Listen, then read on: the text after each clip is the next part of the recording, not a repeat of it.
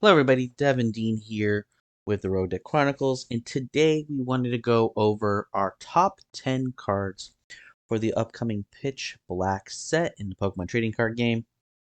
So, this set, Pitch Black, will go live on Pokemon Trading Card Live platform on July 17th worldwide, and then it will be legal for standard play 2 weeks after, which means this set will be a part of the world's format, and we'll be seeing cards and archetypes from this set impact what players are going to be bringing and playing for the World Championships. So today we will talk about our top 10 cards that we've determined by a consensus ranking. In order for us to determine this, Dean and I sat down and we ranked our personal top 10 cards, and then we made a consensus of our rankings for this video. So on every single card, you're going to see my personal ranking, Dean's personal ranking, and then our average consensus ranking. And that's how we determined what is 10 and what is 1. But if you don't see a card you think is worth talking about in terms of a top 10, or you disagree where we put the cards in order, please let us know in the comments section. That is what it's for. We'll love to be able to start a discourse on what everyone thinks is the strongest, most potential card, or just the most impactful card. Or if you think we are just wrong on a card, we're overhyped and overvaluating it, please let us know. That's the whole point and the great part of conversation and dialogue is we get to see everyone's opinions. So that being said, let's jump into card number 10 with Dean and go into the overall top 10. And with that introduction, let's start off our top 10 video. And we actually have two Pokemon, or two cards in the 10th slot. And the first one we want to talk about is the new Chi-Yu. Chi-Yu is a basic darkness Pokemon with 90 HP and only has one single attack called Swirling Grudge for a single darkness energy. And we do 20 damage, and if this Pokemon has 2 or more damage counters on it, we do 90 more damage. But the attack isn't affected by any weakness, so we can't hit for double weakness with this card. But I think this still has a lot going for it. With it being a single prize Pokemon, we can pull this out with the Pokepads. And we actually see this fit fairly well into the toxicity box, and we can see this list piloted in the Japan Championships. They got top 32, and yeah, this is another just a great single prize option in this deck. For those who are not aware, Toxicity Box centers around the Toxicity card in Phantasmal Flames, where it's the energy acceleration. Whenever we put energy using that ability, we put 2 damage counters on the Pokemon. So that's an easy way to get those 2 damage counters. And then we can do 90 damage. So it doesn't seem like a lot, but we can at least get some damage stacked up. And it's a single prize option. If we can get knockouts with it, they'll be great. And we're going to be offsetting the prize trade. Unfortunately, I wish we could use it and get weakness on there. This would have been great to go after the Latios's EX out there, or a lot of the Psychic type Pokemon in the format right now. But I will still say, for one energy retreat cost, this isn't a bad option. This is also very good to put into your Darkness GLC decks as well. Again, Pokepad, there's a slew of Pokeballs or Pokemon balls that we can get in GLC, and I think this is a really great beginning option for those type of decks. So with all that, I would say this is the reason why we have this tied in the 10th slot in our top 10 video. And the second card that got 10th or got tied for 10th is Mega Darkrai. Now, Mega Darkrai, if you haven't seen our evaluation in the set review, we do encourage you guys to do so. But Mega Darkrai is a basic EX Mega Pokemon. Darkness type for 280 HP, has 2 attacks. The first one for 2 Darkness Energy, Duskaraid. It does 110, and if your bench Pokemon have any damage counters on it, it does 110 more for a total of 220. And then has the second attack for 3 Darkness Energy, Abyss Eye. If your opponent's active Pokemon is affected by any special condition, it is knocked out. Now, This card has a lot of flexibility. This card has a lot of ways that you can have a multiple win conditions and knockout conditions when you are deck building around the card. So there's lists that really just combine both. That way you're not pigeonholing yourself into one attack versus the other. Now, Mega Darkrai does put itself in a position where it kind of want to works within a Toxtricity engine. That way, at least one bench Pokemon has damage counters on it, and you can even accelerate energies onto Darkrai itself using the Toxtricity engine before you start attacking. Obviously, another pairing that they want us to do in this set is combining Mega Darkrai with the Dusk Bell item. The Dusk Bell item is an item that confuses both active Pokemon except for Darkness type Pokemon. So if you are using it against your opponent with a Mega Darkrai in the active, Mega Darkrai does not get affected by the status condition. So with that being said, to trigger that Abyss Eye attack, there's several different ways outside of Dark Bell to trigger that clause of a special condition. You can use this A-Spec of Dangerous Laser. It's really not the greatest use of A-Spec, but it's still an A-Spec that is usable for it. You can do Lizzie as Appeal. You can use the Cradilly. You could use Volcanion EX. You can also use Florges. Those three Pokemon abilities two of them are coin flips. One of them is auto. With Volcanion, you have to have it in the active in order to inflict the burn.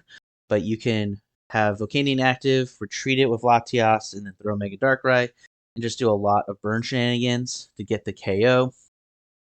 Deck lists that I have seen really run on a double strategy for this card in terms of its triggering, has the ability to trigger both, but its status condition of choice is a tie between confusion and just kind of using poison, but poison in terms of a damage modifier, not as a damage. Instead, special condition for the KO with a combination of binding Mochi. So again, it's combining the Toxtricity engine, it's combining the Petron EX with binding Mochi for you to do a little more damage out on top of that 220, and really making it a strong beat stick attacker versus a conditional attacker with the Abyss Eye. So Mega Darkrai does have a lot of versatility, which is why it made the top 10. Is it the greatest EX in this list? We don't believe so. We believe there's several other Megas in this set that has a better ceiling and potentially a better floor. But Mega Darkrai is the poster boy for the set. It is one of the mascots. And honestly, it has a lot of really good things going for it, which is why it is tied for 10th in our rankings. In our number 9 slot, we're going to talk about the new Mega Chandelure EX card from this set. Mega Chandelure is a Stage 2 350 Psychic Pokemon, and it's a Mega Evolution with the Binding Flames ability. Binding Flames reads, your opponent's active retreat cost is 1 colorless more. And then it has one attack called Phantom Maze for 130 base damage for 2 Psychic Energy. But we can do 50 more damage for each colorless cost in our opponent's active retreat costs. So it pairs off really well with the ability, and the ability does stack. So if we have multiple Mega Chandelures in play, we can do the multiple of 50. So if we have 3 in play, we can do 150 more damage, and that will be 280 damage. And that can knock out a lot of Pokemon nowadays. With this, I think this is a very great card, very strong card. It being Psychic type, we can pair this with Lily's Clefairy and go after the Dragapult for weakness, to where even if we only have one additional retreat cost, that can knock them out. So let's go with our example deck list here, and I got this based off of a Japan list. I adjusted it a little bit for something I think is more up to my playstyle. But as you can see with the Mega Chandelure, we also pair it with the Baby Chandelure that we featured on this channel a little bit ago with the Alluring Light ability. Once during a turn, each player can draw a card. So if we have to, we can really take advantage of card size from our opponent and attack for a single fire energy. So we play a 4-4-3-2 split of the different channelers here. And because we're playing fire and psychic energy, I put in the Dracloak draw engine just to help us with getting through our deck a little more and having more options. And I do have one single Dragapult EX in there because we are playing the energy cost for this Pokemon. And of course, we have our Lily's Clefairy just so we can double our attack since we are psychic Pokemon. And with this, we have just our typical trainer cards. We have Pokepad, Buddy Poffin, Ultra Ball. And I put in Wondrous Patch. This is actually one of the edits I made to the Japanese list just because once we get knocked out, we can actually use Wondrous Patch to power up a Mega Channeler in one go. And then another addition I made was I also put in a Gravity Gemstone just to help with the retreat costs on our opponent's Pokemon. For supporters, the main ones are we have Lilies, Boss's Orders, Hilda, and Dawn just to get Pokemon in play, be a little disruptive. And then we play Team Rocket's Watchtower just because of the new Toucannon, which we will talk about in this video. With Noctowl, with Meowth, there's a lot of colorless Pokemon that we don't have. So playing the stadium does not hurt us at all. So this is a really strong psychic attacking deck, and I think this will actually kind of do well in different tournaments. Maybe I'll say you'll see this in the Challenger Cup. I'm not sure if the strength if the strength of this will be at a regional level just yet. More testing needs to be done, but I think this is a really fun mega deck that everyone will enjoy. So Mega Chandelure is deserving to be number 9 in our top 10 video. Next up, taking the 8th spot in our top 10 is Mega Excadrill EX. Mega Excadrill EX is a Stage 1 Metal Mega Pokemon with 340 HP, and it has 2 attacks. The first one for 2 Metal Energy is Undermine. It does 90 base damage, and then you discard the top 2 cards of your opponent's deck. And then the second attack for 3 Metal Energy is Maximum Drilling. 200 base damage, and then if this Pokemon has at least 2 extra energy attached to it, it does 130 more, so that's 330 damage for a total of 5 energy. Now, with the clause of this second attack, it can be 2 of any energy, so it doesn't have to be metal. So as long as it's 5 total energy, as 3 of them being metal, it does the additional 130 damage. And Mega Excadrill really has 2 partners that are glaringly obvious to pair with this card, and that is Steven's Metagross EX and the Metal Maker Metang.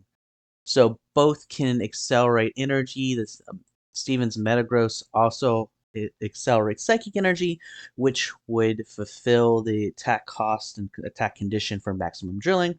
While Metal Maker is just going to be putting a whole bunch of metal energy into play and putting it onto your Excadrill. Now, for the maximum drilling, it's 330 damage, and that KOs everything in the format before health modifiers, except for 10 total Pokemon.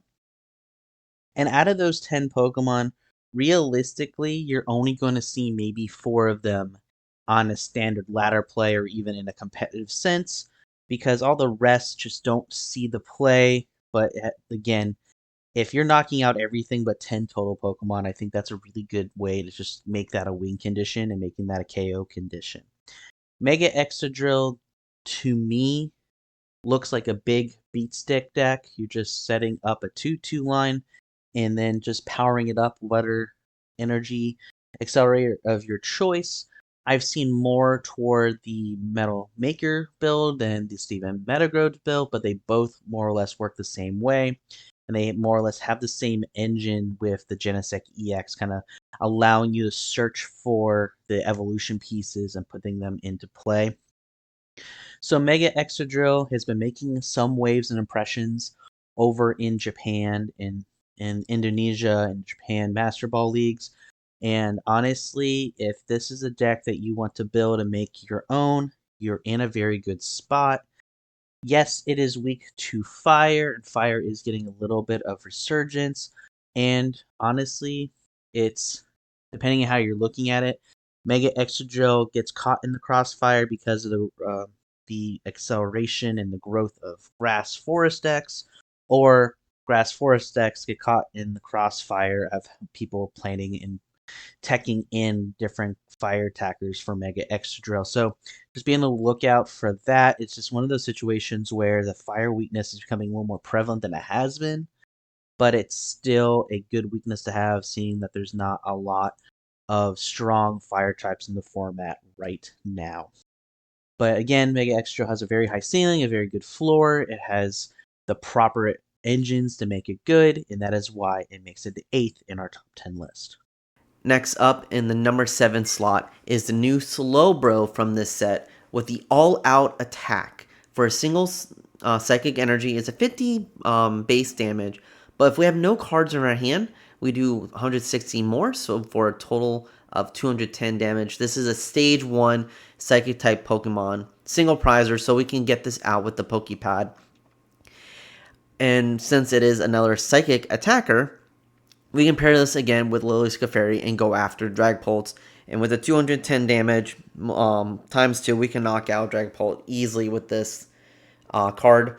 And if we're not, if we're going against a lot of just basic decks, or just a lot of just decks in general have those support Pokemon, 210 damage should be enough. And if we need something a little more, we do play Brave Bengal in the list as well to knock out anything in 240 damage.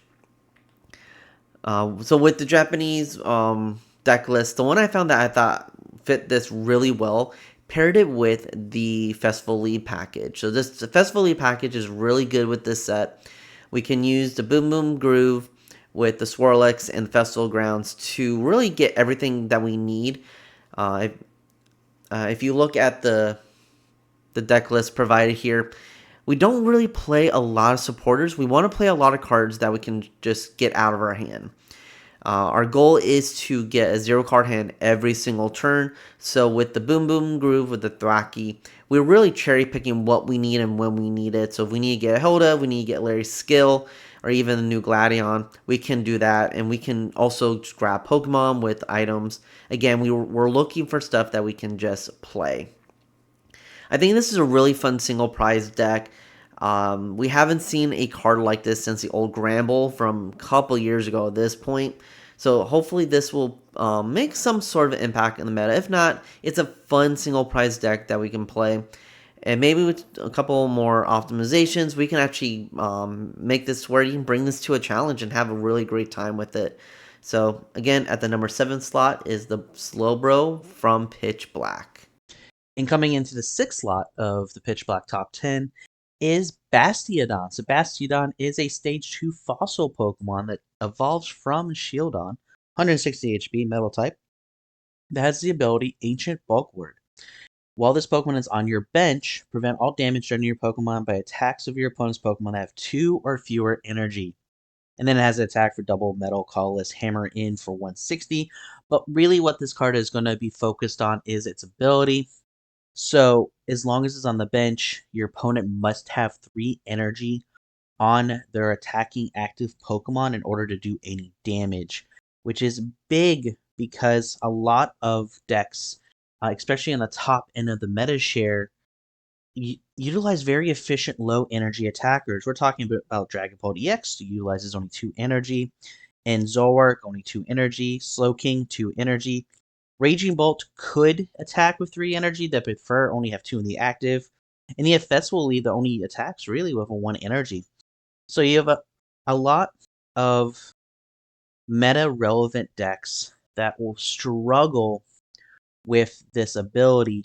Now, the best way of going about this and setting up more of a checkmate style with this Bastiodon is making sure that you have 2 on board. So if they do gust one of them up, the other one is on the active, and they have to be able to load up at least one attacker with more energy than they would prefer. Now, the one thing that we do want to talk about with this is damage, not damage counters. So Alakazam does go around this because Alakazam's attack places damage counters onto the active, and so does the new Sinistcha out of the hide and seek archetype. It's placing of damage counters. So you just have to make sure that when you are playing Bastiodon, that the attacking Pokemon into you is attacking and doing damage, not damage counters. But with this being such a nuisance, such a Wally kind of stall ability, a lot of different cards and wall form focused decks are getting a resurgence. We're seeing Iron Thorns seeing a resurgence after kind of just laying low for most of this season. This is the perfect pair because Iron Thorns shuts down abilities, Bastiodon shuts down certain attackers, and they can pair off of each other and really start frustrating your opponent. So, but Bastiodon again has the ability to cause disruption by making your opponent attach more energies to the active than they plan to in their normal strategy, which is why it takes the 6th place spot in our top 10. In the 5th slot with our video, we are going to be talking about the new Toucannon card. This is a colorless stage 2 Pokemon with a couple really good texts on here. First is the ability Sky Draw. Once during your turn, you may draw a card. So this does stack, so if we can play multiple of these cards, we can draw a couple cards just because the ability says so. And for the attack for a single colorless energy, 60 base damage, but we do 20 more damage for each bench Pokemon, both on our side and our opponent's side. So we can really get a lot of heavy damage done to our opponent's Pokemon for a single prizer here.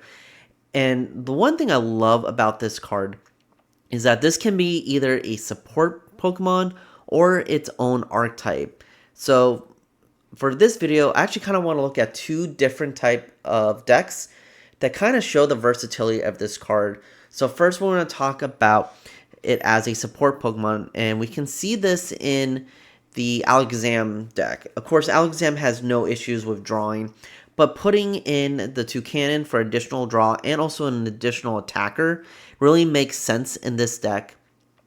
We can still utilize the Psychic energy for this, or even the Enriching energy if we have to, and just take advantage of just having a full bench and our opponents having a full bench, and really put in a decent amount of damage on top of just the Alakazam, or at the very least we can set up for an Alakazam KO later in the game.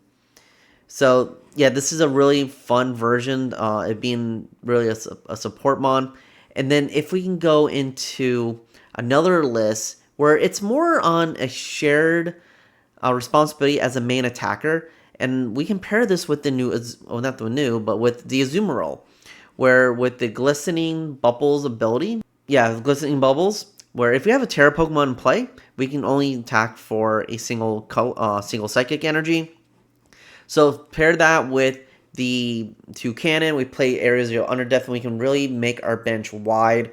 And in this version, we're playing with the Dhelmise just for more draw, but any basic Terra Pokemon will be ideal in this list. I can see this with the Cornerstone. I can see this with the Terrapagos. But this one as an attacker as well. You have the draw, you have a decent attack, and it's all for a single prizer. I think the Toucannon is a very great card. It's very high on our list for a reason. Will it win a major tournament? Most likely not. But the fact that you can use it in both a support role and in a main role is very good in our opinion. That's why we kind of ranked it higher on our list compared to most other cards. So yep, I can't wait to play with Toucannon and see what we can do with it. So on the number 5 slot, Toucannon, this is all yours. Coming in at number 4 in the top 10 for Pitch Black is Gywnn. Gywnn is a supporter card that says discard up to 2 Pokemon from your hand, excluding any rule box Pokemon, and draw 3 cards for each Pokemon discarded this way. So this becomes a really good draw engine for non-rule box decks. That way, because of the nature of those decks, you're definitely running really heavy, thick lines of your Pokemon count, and you can use Gywnn to discard excess pieces of your lines that you do not need in that matchup, just so you can get a more aggressive draw while also getting rid of unnecessary cards. In these type of decks, it becomes the secondary draw support behind early game Lily. And obviously, when you're looking at this card, its natural synergy is the hide and sneak archetype, because again, Hide and Sneak wants to be in the discard pile in order to trigger different Pokemon's attacks. So this was definitely designed to be pairing up with the Hide and Sneakers, but it also can be paired off with decks that have split evolutionary lines. We're talking about Mega Chandelure EX in the Baby Chandelure. We're talking about Mega Frostlass and Baby Frostlass. We're even talking about Marty's Grimmsnarl, because all these decks have a split evolutionary line where you have an EX stage 2 or final form, and then you have a baby version of it, or even just, again, excess pieces. So it's a card that helps thin hand and draw for more resources as a secondary draw to an early game Lily. For Marnie's Grimmsnarl, I think this card becomes probably the mid to late game kind of draw that the deck's always been like kind of looking for outside of Spike Myth. Gywnn allows you to use the excess pieces of the Impotent line to really just get more cards in the hand after that early game spike that a stage 2 Grimmsnarl can give you, and a turn 1, turn 2, turn 3 situation, because after you set up 2, you really don't need to set up anymore for that archetype and for that matchup. So all those excess evolutionary pieces become really good Gywnn fodder to turn a -2 to a +4. So that is what Gywnn is really designed to do. Don't be surprised if you see it in Marnie's Grimmsnarl going forward. Don't be surprised to see it in Mega Chandelure, seeing that you play a whole bunch of extra Baby Chandelure in it. And then obviously you're going to see a 3 or 4 count in the Hide and Sneak archetype. This becoming, like we said, the secondary draw to a lot of single prize non-rule box decks can definitely justify Gwynn's high placement in this top 10.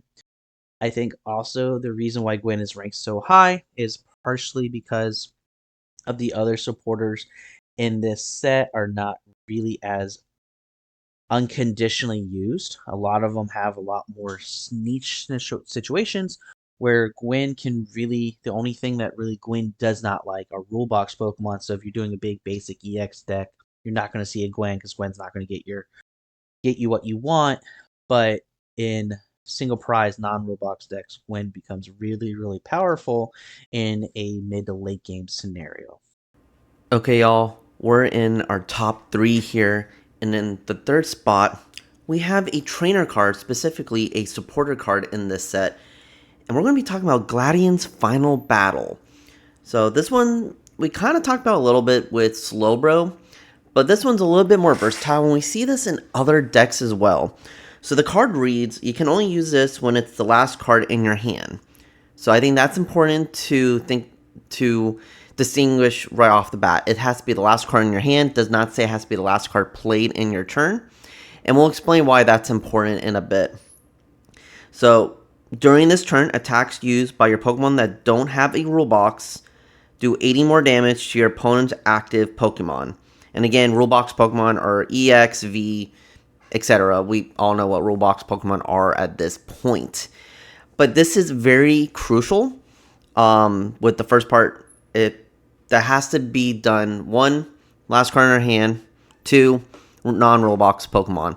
So this is very good in the single prize decks. And the example we're going to show you is actually the deck that took first place in the Indonesia Master Ball League. And it's actually Festival Lead. So you may be wondering, why are we showcasing Gladion's Final Battle with Festival Lead and not with the Slowbro deck? Well, if you look at the Festival Lead and understand the package of Festival Lead, there's many ways to get this out and utilize cards, and that way you can get a 0 card hand and then still be able to do other actions afterwards. So the point here is that we want to just get down to either having the Gladion in our hand and then play it as the last card, and then use the Boom Boom Groove to grab more pieces to be able to continue our turn. That way we still activate the ability on the card, or not the ability, the text of the card, and then we can still do 80 more damage and really do more of the KOs. And with the amount of dark decks that we're going to be seeing, and also just really adding 80 damage to each turn when we use Festival Lead for the Diplin or even the Sinking and Goldeen, that's massive. Pair that with the Brave Bangle. The list we have plays Secret Box, but I can say, like, add in Maximum Belt too. You can do massive damage and really upset the prize trade with the Mega Pokemon out there. So that's why Gladion's Final Battle is really high on our list. It's very versatile in the single prize decks. This is a card that you can put in your GLC decks as well. So it's more than just in standard format. There's other fan-made formats that this card can do well as well. So at number 3 spot, Gladion's Final Battle. We're going to see a lot more of this card, and I'm going to say if you're going to go against a single prize deck, be prepared to see this at least once or twice in your match because it's going to be a game changer. And coming in our silver medal position is the Hide and Sneak archetype. We decided to combine all of the Pokemon with the Hide and Sneak ability into one grouping here because they all functionally do the same thing, and really the little bit of attacking differences are not game breaking in terms of their overall strategy. Now, the Hide and Sneak ability says this Pokemon can't be affected by effects of attacks or abilities from your opponent's Pokemon. Now, this ability does block the damage counters from Dragapult EX. It blocks Alakazam's main attack. It blocks Monkey Dory. It blocks Dusclops and Dusknoir. It blocks Ninetales moving damage onto you as part of its attack. And it also blocks Mega Greninja's ability of the Water Shuriken of placing the 6 damage counters.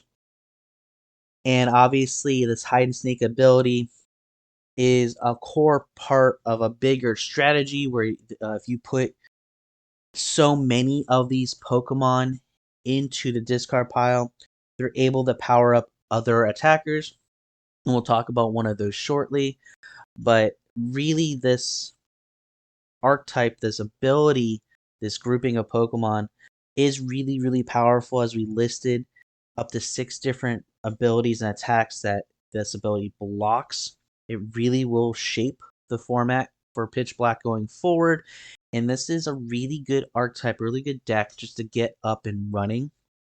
Now, in terms of the actual attacks of these Pokemon, there's 2 that really kind of matter in terms of how you want to play the archetype. First is the Sinistra. Sinistra is a stage 1 grass Pokemon for 60 HP. And it has the Matcha Spin attack for a single color synergy. If you have 6 or more Pokemon with the ability Hide and Sneak, you get to place 4 damage counters on each of your opponent's Pokemon. So you're able to just put damage across your opponent's board, which is always really good in terms of setting up KOs or finishing up the KOs, depending on the order of the attacks. And then the other attacker in this archetype is Bayonet. Bayonet is a stage 1 Psychic type Pokemon of 80 HP with the attack Puppet Pull for single Psychic Energy. It does 80 base damage. And you may search your deck for any card, put it in your hand, and then shuffle your deck afterwards.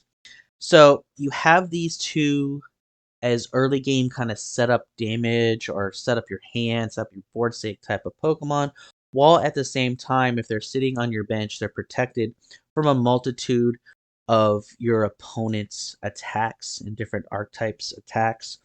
So it's really good archetype. It's a really cheap archetype, to be quite honest with you. None of the cards in the deck are anything more than an uncommon, so it should be very easy for you to be able to get your hands onto this archetype and be able to play it. And it's going to be a archetype that can thrive over the next 2 years of this set life. So if you want to find a new deck to play coming from Pitch Black, our vote is Hide and Sneak because, again, it's cheap, it's easy, it's low to the ground, and right now it is designed to counter a lot of the archetypes in the meta. And I would not be surprised if this archetype, this deck, makes a very big impact at the World Championships. Our early data has shown us it is making impressions in Japan and in Indonesia Master Ball League. So would not be surprised if that success does carry over to the World Championships in August, and we'll see what other people kind of come up with and how the archetype is going into. But right now, it is by far the best archetype coming from the set. And before we go to our number 1 card in the set, we wanted to throw in an honorable mention, and that honorable mention belongs to Fossil Quarry. Fossil Quarry is a stadium card. It says once per turn, search your deck for up to 2 trainer cards with Antique in their name, and then put them onto your bench. So that is allowing fossils to have a revitalization and to be able to be played a little more than it was in the prior sets that these fossils are coming in. Now, as a reminder, there are 7 total antique fossils that are going to be in our set here, or in our metagame, including the 2 coming from this set. And honestly, it's going to make fossil building a lot better, a lot more consistent. It gets around item lock, which was the biggest issue with fossil decks, is that early game Badoo can really just derail a fossil based strategy because you're not able to play the fossils from your hand, because when they're in your hand, they are Pokemon, or they are items. But when they're played onto the bench, when they're in play, they are considered Pokemon. So Fossil Quarry does get around that item lock because you're putting them from your deck onto the bench, which allows you to incorporate your strategy and be able to just at least survive item lock, if not get bypass it. Now, the biggest beneficiary to this stadium has to be the Relicanth coming from this set. Relicanth is a basic water type Pokemon with 100 HP with the attack Fossil Beatdown for 1 colorless energy. It does 10 base damage and does 30 more for each bench Pokemon with Antique in its name. So it can do 160 damage if your entire bench is full of Antique fossils. And honestly, this deck is not going to make waves or shake up the format, but it's going to be able to just have a low energy attacker that can have some offshoot evolutions, because you are playing fossils, so you can evolve into their stage 1 and stage 2 and utilize a mixed attacking strategy. So Fossil Quarry definitely just missed our top 10 by like a half a point when you're looking at our consensus rankings, but it's a stadium that we believe is going to be more impactful. It's going to lead to a lot more rogue ideas because the amount of fossils out there and fossil strategies get stronger when it's able to bypass that item lock. And it's just going to be more of a fun mechanic to be able to utilize now that we have a way to consistently get those cards into play without worrying about any slowdowns. Okay, y'all. We're in the final card, the top card of the set for Pitch Black, in at least the Rogue Deck Chronicles opinion. And we kind of talked about the hide sneak package previously, but we're going to go specific in one card alone. And the number 1 spot is going to be the new Dhelmise from this set. And honestly, both just the card, the text on the card, and really the alternate art itself deserves the number 1 spot. If you look at the alternate art, I think that's a beautiful card. I love the design on this card. But let's look at the text. So Dhelmise is a basic Pokemon, 140 HP, and it has a single attack for a single psychic called Vengeful Anchor. It's a 30 plus, and if you have 4 or more Pokemon with the hide and sneak ability in your discard, you do 140 more damage. So we can do 170 damage for a single energy as long as we have 4 hide and sneak Pokemon in our discard pile. So with the hide sneak package, and you really don't even play the full package, as long as you can get 4 of those cards in your discard, combine this with Lily's Clefairy, you can one-shot a Dragapult easily. We can double the 170 to any Dragon Pokemon, and we're going to be doing 340. This is such a powerful card. Great way to utilize the hide sneak mechanic. And honestly, you can do this without making it a hide sneak deck, as long as you can find a way to put a little bit of this package in any deck. So let's look at our example deck, and this is the 2nd place deck in the Japan Championships, and it is a high sneak deck, but it's more of a Turbo Dhelmise high sneak deck. So we have 4 Dhelmise here. We play the Shuppet package. We play a little bit of the Poltergeist, Sinitcha. But majority of the Pokemon are just support Pokemon here. Again, it just utilizes a little bit of that package just to really go really heavy on the Dhelmise and let that be our main supporter in this deck. So it pairs really well. It's a really strong card. And I will say GLC, but you can't really pull this off in GLC because of the limitations of that. But in Standard and even in Expanded, this deck can be very powerful. Just having a single prize that can hit hard and the amount of support it has, by far, this is the best card in this set in our opinion. So I would say if you went to a pre-release, hopefully you got this promo and got this deck. It is going to be a little bit convoluted to play at first, but once you play it and get comfortable with it, this is a very strong deck. So yeah, number 1 is the Dhelmise, not just because of the attack, but the illustration of it is really pretty too. So that is our top 10 of the Pitch Black set. Let us know what you think of this video. This is something different that we do on this channel, so let us know your thoughts on this. And let us know your top 10 cards as well. Again, this is our opinion.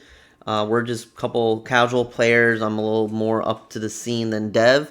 But looking at the set, talking about it, seeing how it goes into competitive play, this is just our opinion on these cards. Of course, we're going to be a little bit more biased towards some of the cards that don't necessarily see play a lot, but we also recognize that there are going to be some cards that are going to be part of the meta very shortly and very soon, as we already saw with Mega Excadrill, with the Hide and Sneak package as well.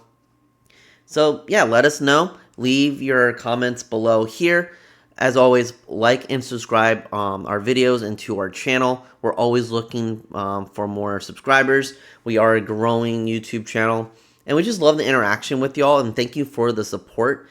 So let's just see how Pitch Black does in this format, and let's see what rogue decks we can create coming out into this.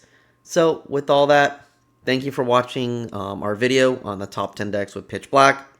And as always, have fun playing those sneaky decks. See y'all.